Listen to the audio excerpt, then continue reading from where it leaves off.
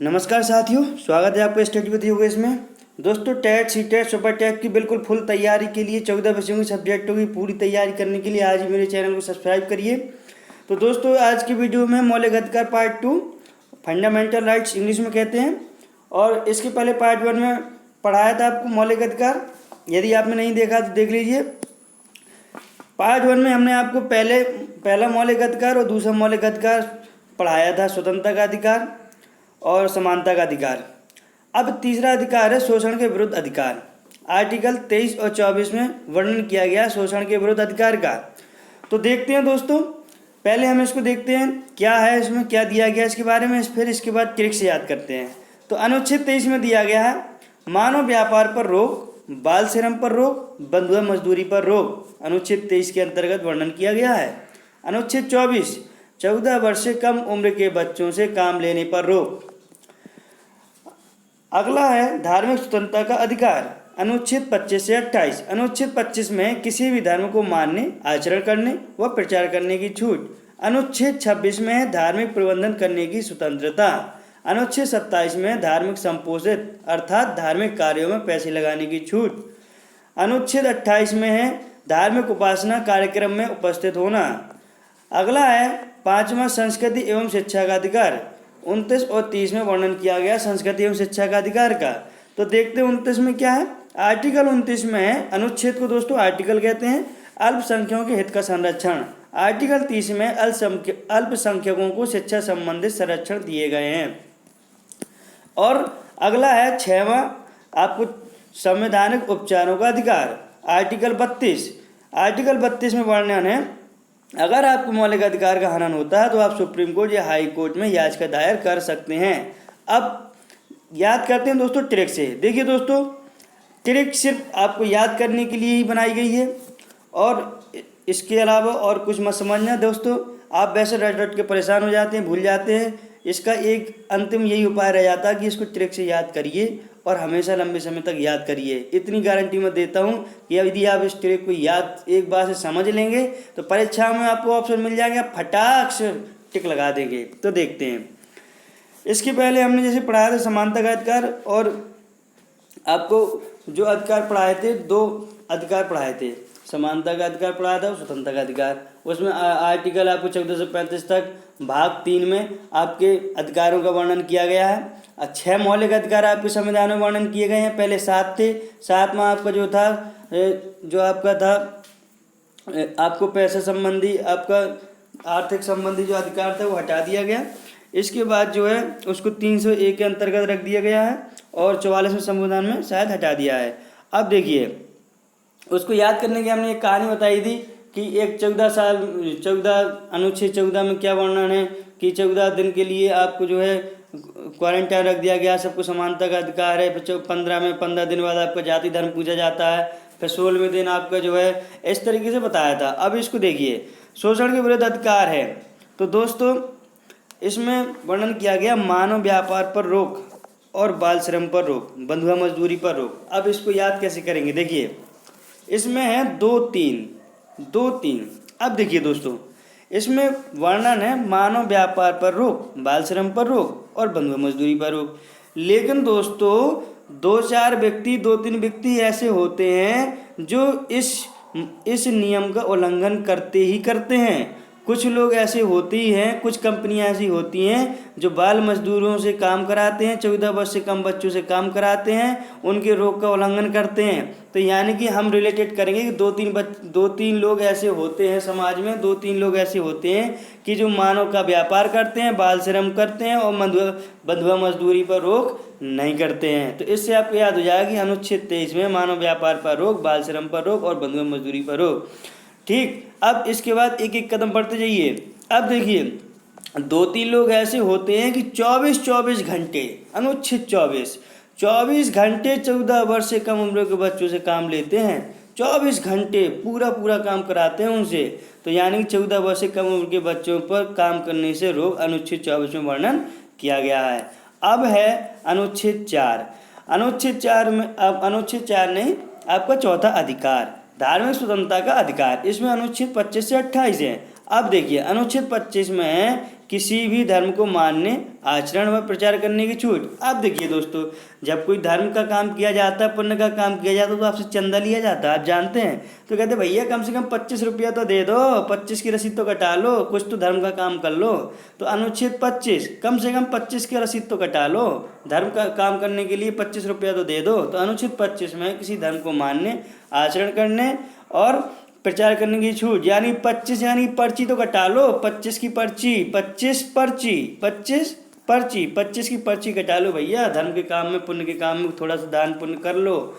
अब है अनुच्छेद 26। अनुच्छेद 26 में धार्मिक प्रबंधन करने की स्वतंत्रता, यानी कि भैया किसी ने पूछ लिया क्या करोगे भैया, 25 रुपया का इनका करोगे क्या।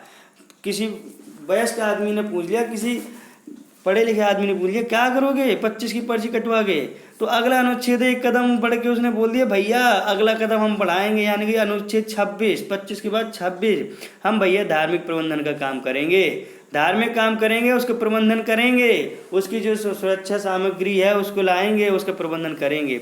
अब है अगला अनुच्छेद 27। अनुच्छेद 27 में धार्मिक संपोषित यानी धार्मिक कार्यों में पैसे लगाने की छूट।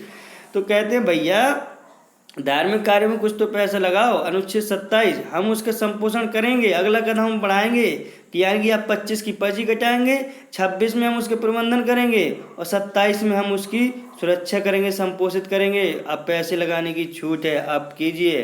फिर अनुच्छेद 28 धार्मिक उपासना कार्यक्रम में उपस्थित होना। और भैया एक कदम और बढ़ाइए आप लोग, यानी कि 27 के बाद 28, आइए धार्मिक उपासना में आइए, कार्यक्रम होगा, आप भी आइए, आपको आने की पूरी छूट है, आपको उपस्थित होना अनिवार्य है, यानी कि अनुच्छेद 28।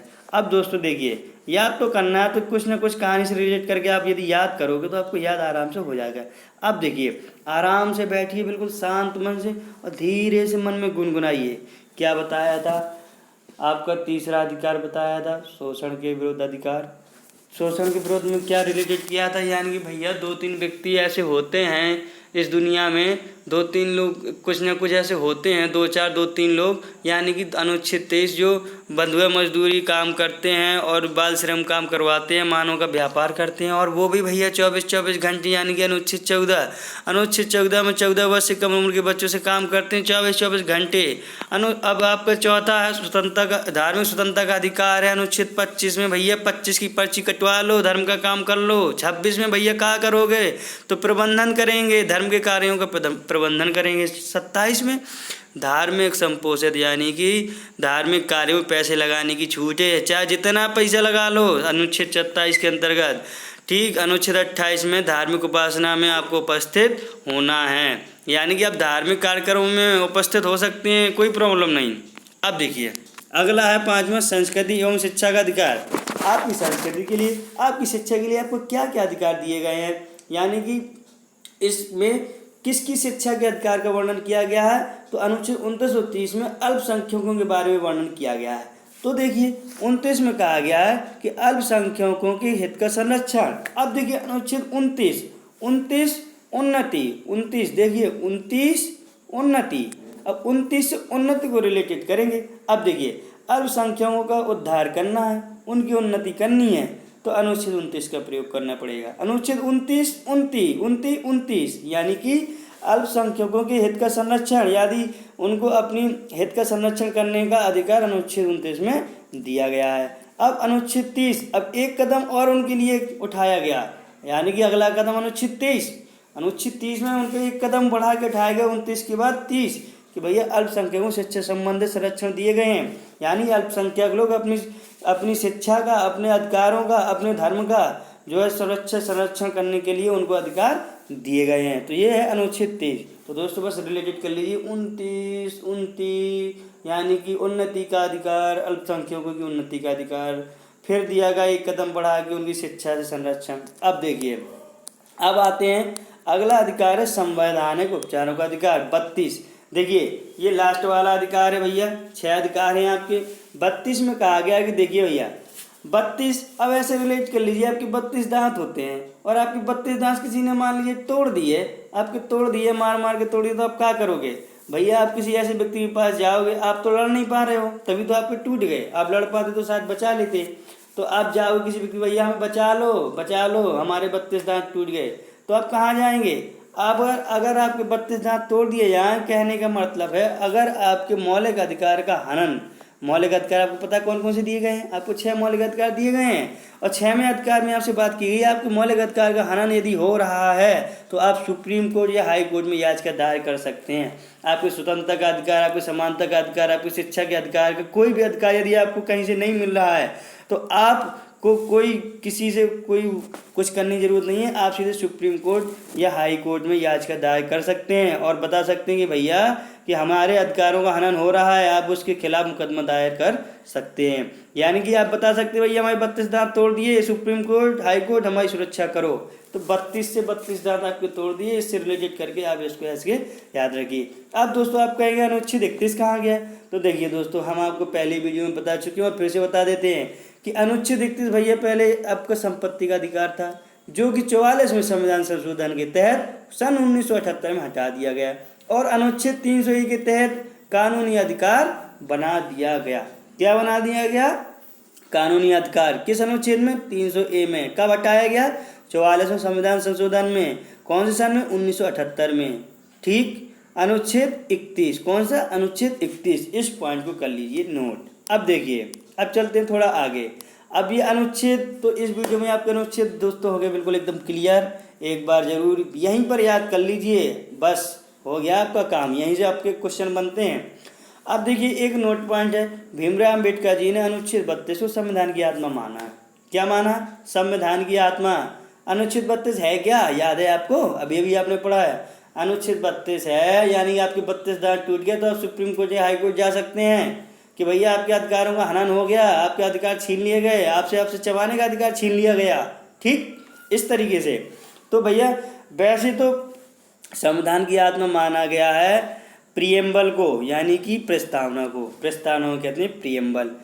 तो भारतीय संविधान की आत्मा माना गया प्रस्तावना को, लेकिन डॉक्टर भीमराव अम्बेडकर जी पर्सनली तौर पे अनुच्छेद 32 को संविधान की आत्मा मानते हैं। तो प्रश्न बन जाता है, यहीं से घुमा के दे देते हैं और लोग बहुत परेशान हो जाते हैं और लोग उन्होंने तो पढ़ा भाई ये प्रस्तावना को आत्मा कहा गया, लोग टिक मार देते। नहीं, अनुच्छेद 32 को कहा गया भीमराव अम्बेडकर जी के अनुसार। जब पूछा जाए तो अनुच्छेद 32 को आत्मा माना गया है, और वैसे पूछा जाए तो संविधान की आत्मा प्रस्तावना को माना गया है। तो ये था दोस्तों आज का टॉपिक। अब मिलता है आपको प्यारा सा चैलेंज। बताइए, ये पहले वीडियो में हम पढ़ा चुके हैं आपको, और ये BTC, BEd, TET, CTET, super TET वालों को सबसे मोस्ट इंपोर्टेंट क्वेश्चन है, इसीलिए हम आपसे पूछ रहे हैं और पढ़ा भी चुके हैं। नहीं आपने देखा तो पुरानी वीडियो में आप देख लीजिए, आपको लिंक मिल जाएगी डिस्क्रिप्शन में। तो बताइए 6 से 14 वर्ष के बच्चों को अनिवार्य एवं निःशुल्क शिक्षा का अधिकार किस अनुच्छेद में, किस संशोधन में जोड़ा गया है? तो दीजिए कमेंट बॉक्स में जवाब, देखते हैं किसका सही उत्तर आता है और मिलते हैं अगली वीडियो में। धन्यवाद साथियों, जय हिंद।